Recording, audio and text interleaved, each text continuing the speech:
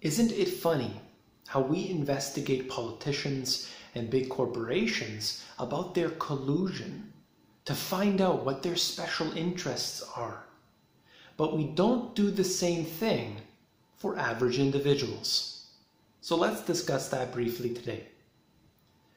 You talk with somebody in person, or perhaps you see something on the internet, on television, in the newspapers.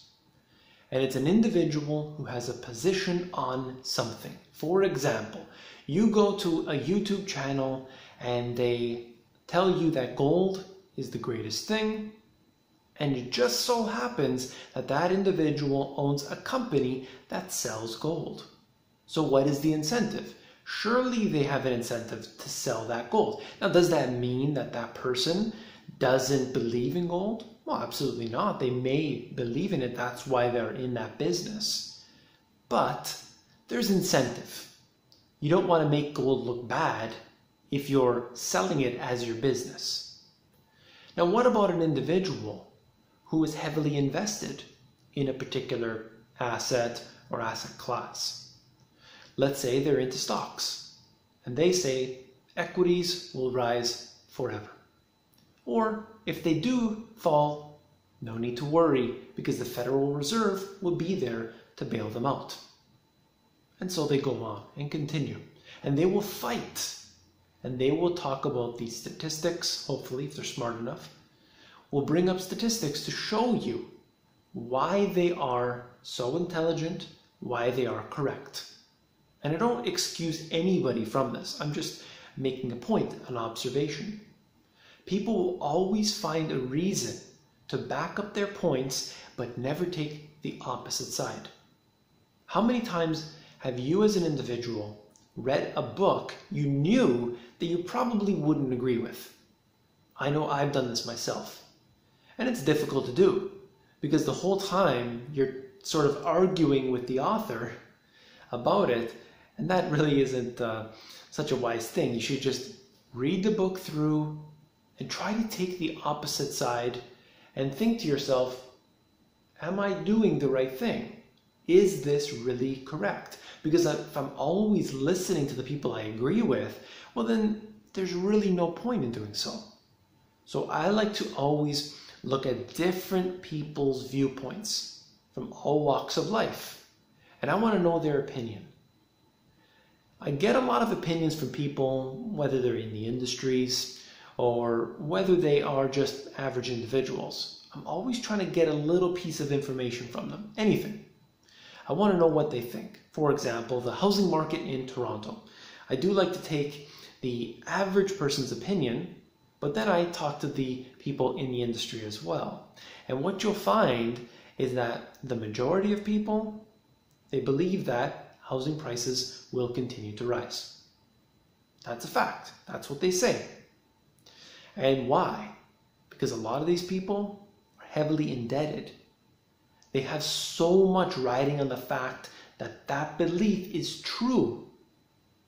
Let's say I owned 1,000 ounces of gold, okay? And I really needed that gold to go from where it was because let's say I bought it at 1,500 and I want to sell it at, let's say, 2,000. Well, I really want to believe that's going to go to 2,000. So I'll get all these statistics, I'll put them together, and I'll show you those. But I won't show you the other statistics, which might make it look bad, because that's not something I want to do. People do this in every single asset class. They do this on other arguments as well. Why this car is better than that car. They'll tell you this car is the best car you can get. And it's worth the money and prove all the statistics, how much horsepower it has and this and that. But they may overlook some other features. They overlook other things that the average person may not even care to look into. But they try to prove their point. And that's really what I'm trying to get at, is that always look at what people are in with. Their skin in the game. We need to know that. When you're arguing with somebody, when you're talking with somebody, understand what they have, their interests are. And I think that's important to note. This is a total different side of what we normally look at. And before even getting into financial stuff, I read psychology. Psychology was something that at that time I was into something totally different.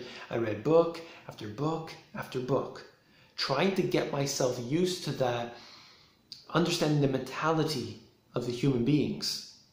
And that has allowed me to really make sense of what's going on within the industry.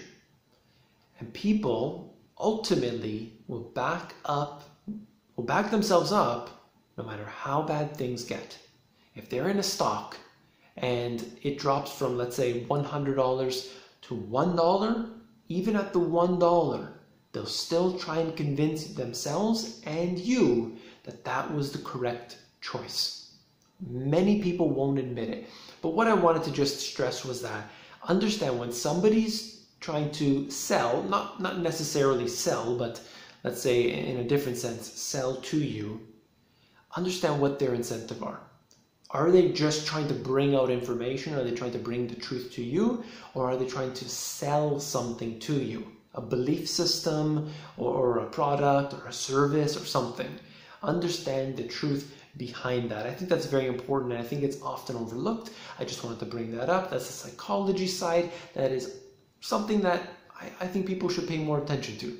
So that's all for this video. Just wanted to say that I appreciate all of your support. Please give me a thumbs up on these videos, all the videos. Subscribe to this channel if you haven't already.